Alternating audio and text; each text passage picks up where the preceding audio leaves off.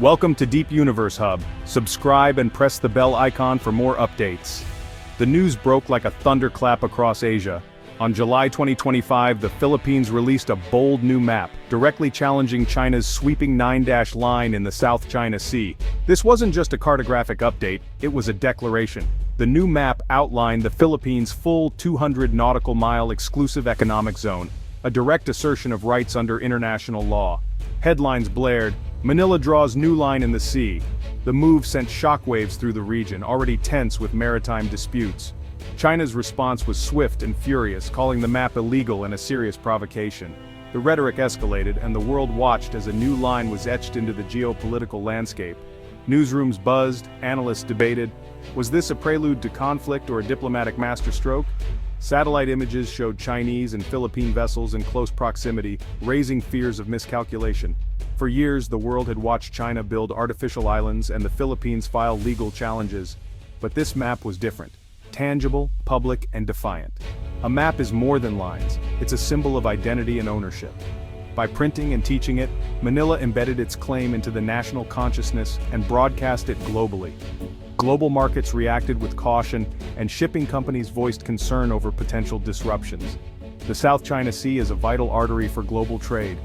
Any instability here could ripple across the world economy. The Philippine government understood the risks but saw inaction as a greater threat. This map was their stand, a message to Beijing and the world. This is our sea. The story dominated every broadcast, and the questions hung heavy. Would China retaliate? Would the world respond? The stakes were clear: sovereignty, security, and the future of the region. The Philippines had drawn a line, not just on paper, but in the sand of history.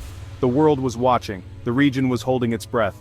The confrontation had entered a new, uncharted phase. The map was more than a document. It was a challenge. In Manila, the new map ignited a surge of national pride and anxiety. From coffee shops to crowded markets, the city buzzed with talk of sovereignty. People gathered around TVs, sharing memes and messages of support.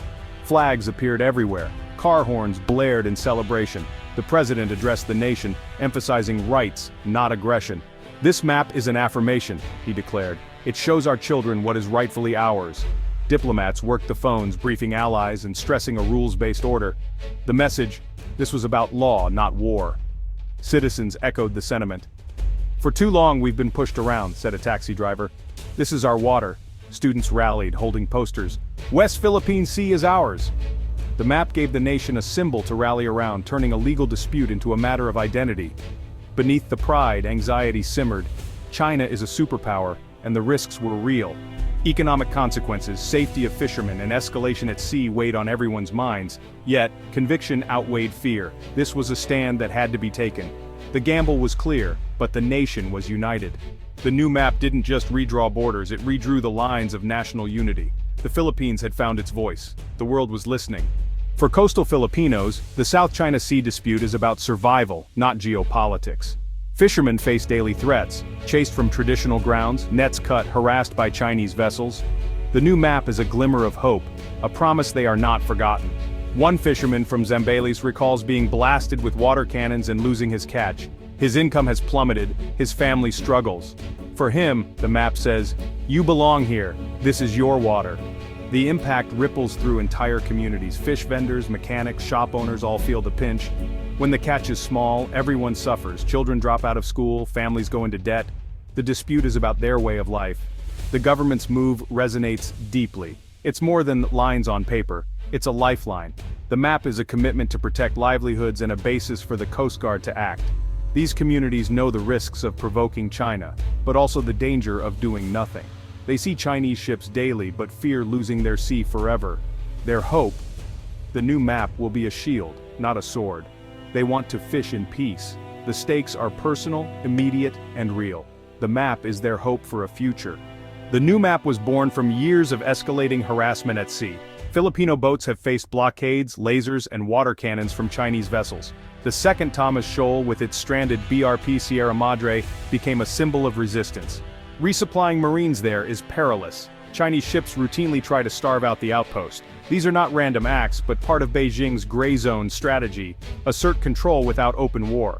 Coast Guard and militia vessels create constant pressure, aiming to wear down Philippine resolve. Fishermen are harassed across the West Philippine Sea, blocked from traditional grounds. The sheer number of Chinese ships is overwhelming. Years of diplomatic protests and legal victories changed little on the water. The government concluded only a bold public statement would suffice.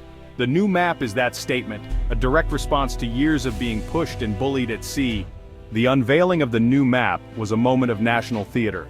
In a packed hall, the President and Foreign Secretary revealed the map, the archipelago, a bold EEZ line, and West Philippine Sea in clear letters. Scarborough Shoal and Reed Bank were marked as Philippine territory. The Foreign Secretary explained, "We claim only what is ours under international law." The map would be distributed to all agencies, schools and embassies, becoming the new standard.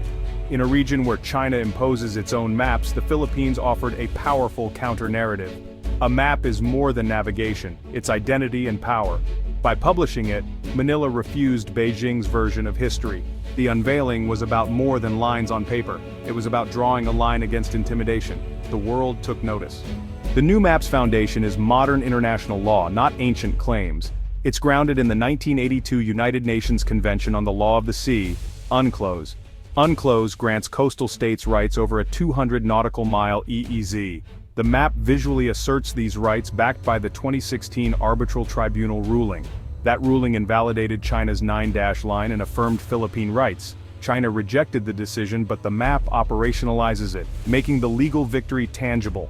Every time the map is used, the legitimacy of the ruling is reinforced. This legal foundation is Manila's greatest strength. The Philippines frames the conflict as a defense of the rules-based order, not a power struggle. The map is both a claim and evidence, backed by international law.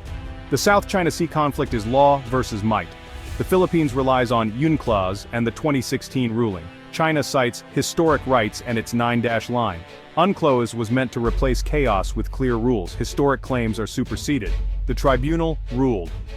China's historic rights were extinguished by UNCLOS. For Manila, the law is clear. The 9-dash line is invalid. China, however, ignores the ruling, building islands and enforcing its claims with power. The world faces a choice: support legal order or let might dictate the rules. The Philippines, with its new map, challenges China's narrative. It's a contest between the power of the argument and the argument of power. The outcome will shape the future of global order. The stakes in the West Philippine Sea are economic as well as political. The EEZ is a lifeline, rich in fish, oil, and gas. Fisheries feed millions and support hundreds of thousands of families. Chinese incursions threaten food security and livelihoods. Beneath the sea lies the Reed Bank, with potential energy reserves vital for the Philippines' future. Energy independence is a national priority, but Chinese intimidation stalls development. The new map asserts Manila's right to these resources. Foreign investment is deterred by instability. The map aims to create clarity and attract investors. This is about more than fish and oil. It's about securing a future free from coercion. The map is an economic blueprint for national prosperity. The new map's release reverberated globally. The US reaffirmed its defense commitments, warning China against aggression. ASEAN's response was mixed. Some supported Manila, others urged calm. The move revived old disputes like the Philippines' claim to Sabah, drawing Malaysia's concern. The region's web of grievances grew more tangled. For the Philippines, the map is a declaration of identity and survival. It's a fight for fishermen, for resources, for security. For the world, it's a test: will law or might prevail? The lines on this map are now the front line in a struggle for a rules-based order. The world is watching as history unfolds.